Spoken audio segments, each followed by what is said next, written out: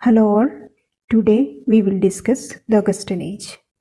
The Augustan Age refers to the time during the neoclassical period spanned from 1700 to 1745. England experienced a cultural flowering comparable to Rome's golden age during the reign of Emperor Augustus Caesar. His reign was characterized by great political and social stability. During the Augustan Age, England enjoyed internal civil peace and prosperity after the wars and conflicts of the previous century. So this period was termed as England's Augustan Age. The period was also characterized by the spirit of enlightenment which was spreading throughout Europe. The English Augustan Age saw the reigns of Queen Anne, King George I and King George II. After Glorious Revolution, the Convention Parliament of 1689 had appointed William and Mary as the joint rulers of England. Mary ruled England till her death in 1694 and William ruled alone till his death. They had no children. On the death of King William in 1702, Anne, sister of his wife Queen Mary and daughter of James II, became queen. It was during Anne's reign that England and Scotland were united as one sovereign state, Great Britain, by the 1707 Act of Union, and Anne became its first monarch. She was also remembered for bringing the War of Spanish Succession to a close. Anne was the last monarch of the House of Stuarts because she died without leaving an heir. A new family of monarchs took over the throne, the Hanoverians from North Germany. Queen Anne reigned for 12 years until her death in 1714. She was succeeded by her second cousin George I of the House of Hanover, who was a descendant of the Stuarts through his maternal grandmother Elizabeth, daughter of James I. George was the son of Sophia, Electress of Hanover. George's right to inheritance was asserted by the Act of Settlement of 1701. This law was designed by Parliament to protect Protestant royals and prevent Roman Catholics from becoming members of the monarchy. This began the Georgian Age, named after the first four Hanoverian kings, all called George. When George first arrived in England, he knew little about British politics, nor could he speak very much English. Therefore, George became very dependent on the Whig party. The most important of these was Robert Walpole, who became George's Prime Minister. With Walpole, the Georgian period saw the beginning of the transfer of power from the monarchy to Parliament. Most of the characteristics of the cabinet system were attained during Walpole's prime ministership. George I ruled for 13 years and in 1727 he died of stroke. He was succeeded by his son George II. George II's period saw the expansion of British influence in India and Canada with the military successes of Robert Clive and James Wolfe respectively. England's social history is characterized by the rise of the middle class. They expanded considerably in commercial, agricultural and industrial ventures. Many clubs and coffee houses emerged and these were the centers of literary debates. It provided a chance for people from various backgrounds to meet and discuss politics and literature. Thus the age saw the rise of a literate reading middle class. The Augustan Age in English history was a period of literary excellence, just like the period of Augustus Caesar. The writers took an interest in the classical writers like Horace and Virgil. In this age, prose occupies the first position. In prose, the earlier part of the period was marked by the development of the periodical essay.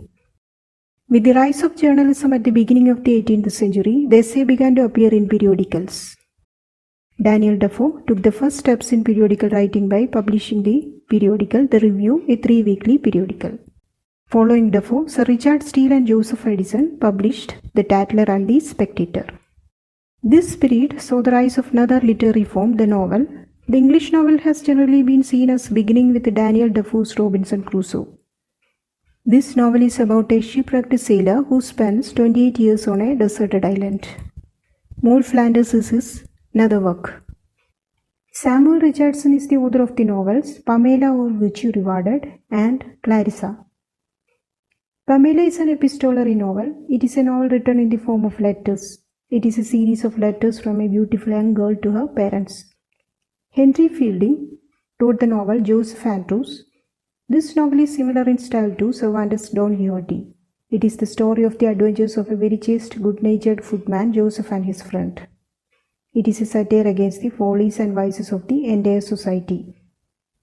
Satire was the most popular literary tool that was utilized by writers of the time. Jonathan Swift's Gulliver's Travels is a satirical novel in 4 books. It tells the various imaginary voyages of Lemuel Gulliver, a surgeon on a ship, to various strange lands, where he meets several man-like creatures. In the first book, he is shipwrecked near Lilliput, where he meets a race of tiny people, only 6 inches tall, and he is a giant among them.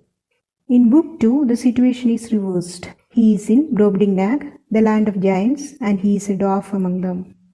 In the third book, he visits the flying island of Laputa, inhabited by scientists concerned with abstract ideas. In the last book, he is in the land of the Hyuanumous, intelligent horses that can talk. They have man-like slaves, the Yahoos, who are bestially irrational and vicious. Gulliver himself is seen by Hyuanumous as a Yahoo. It satirizes the follies and vices of politicians and scholars. It shows Swift's bad opinion on people. His other works include The Battle of Books, A Tale of Tub. Matthew Prior is known for his satires. His parody of Dryden's The Hind and the Panther, entitled Story of the Country Mouse, and his Alma or The Progress of the Mind are among the best of his satires. John Gay's important work, The Beggar's Opera, is a satire on the Italian opera so popular in the age. Edward Young was one of the first imitators of Horace in the 18th century. His series of 7 satires compiled into Love of Fame, the Universal Passion. Lady Mary Wortley Montagu was one of the most important women writers of the 18th century. She accompanied her husband on his ambassadorship in Constantinople. Her most famous work is the Turkish Embassy Letters, in which she detailed her journey to the Ottoman Empire. It is a collection of letters written between 1716 and 1780. During her journey, she wrote to her friends and family in England. They were one of the most interesting travel accounts of her journey to Istanbul. They were published posthumously and were frequently reprinted. Some of her essays appeared during her lifetime, including a plain account of the inoculating of the smallpox by a Turkey merchant. In collaboration with Pope and John Gay, she wrote 6 town eclogues. The 3 town eclogues published as court poems in 1716. She is also remembered for her introduction of smallpox inoculation to Western medicine. In Constantinople, she witnessed the use of inoculation and brought the practice to London. Alexander Pope was the best-known writer of the period. The period was also known as the Age of Pope. Pope was very much influenced by the writings of Dryden. The important works of his early period are The Pastorals, Vincent Forrest, The Essay on Criticism. It is a poem in heroic couplets published in 1711, and The Rape of the Lock. It is a social satire and a mock epic poem. It is based on an actual incident of a quarrel between 2 prominent families over the theft of a lock of hair. Pope describes the trivial and silly incident of a young man cutting the lock of a beautiful woman. Trivial occurrences are handled with all the dignity and seriousness which properly belong to the epic.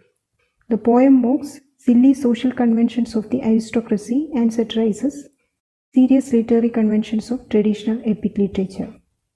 Next is the translations of Homer's Iliad and Odyssey, the editions of Shakespeare, etc. The last period of his poetic career include great works like The Dunciad, The Essay on Man, etc. The Dunciad is one of his most celebrated satirical work. It is dedicated to Jonathan Swift. The poem is chiefly aimed at the Shakespearean critic Louis Theobald, who had offended Pope by criticizing his edition of Shakespeare. The Essay on Man is the best known and the most quoted of all Pope's works. In this, he discussed man's place in the universe. Winding up the video, thank you for watching.